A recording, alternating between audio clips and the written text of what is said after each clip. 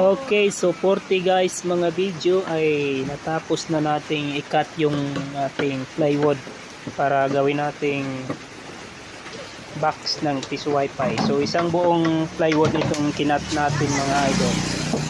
So ito na yun siya mga guys. So ito yung kanyang sa harapan. So ninarkahan na natin yung kung saan natin bubutasan yung para sa queen slot. So ito pa lang yung naano natin. Ito yung iba. Marami ito siya mga idol. Nasa 6 pieces na box yung magagawa natin sa isang buong plywood.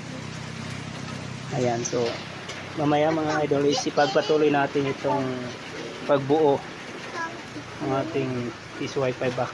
So kailangan muna nating butasan lahat ito gamit ang ating jigsaw.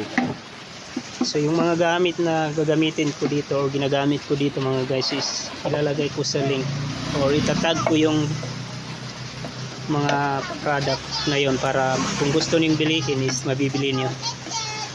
Kasama na itong ating wireless drill, screwdriver. So ito pala yung ginamit kong pang-cut ng plywood mga idol. Ito ay DIY lang mga idol. So ginawa lang natin itong bandsaw na ito mga idol na sariling gawa lamang. So ito yung adjuster natin para sa lapad o laki ng gusto nating cut. So ang ginamit pala nating bandsaw mga idol is miter saw. Ayan o. Yan siya. Nilagay natin siya sa ilalim ng mesa mga guys. Iwan ko kung nakikita ba. Ayan.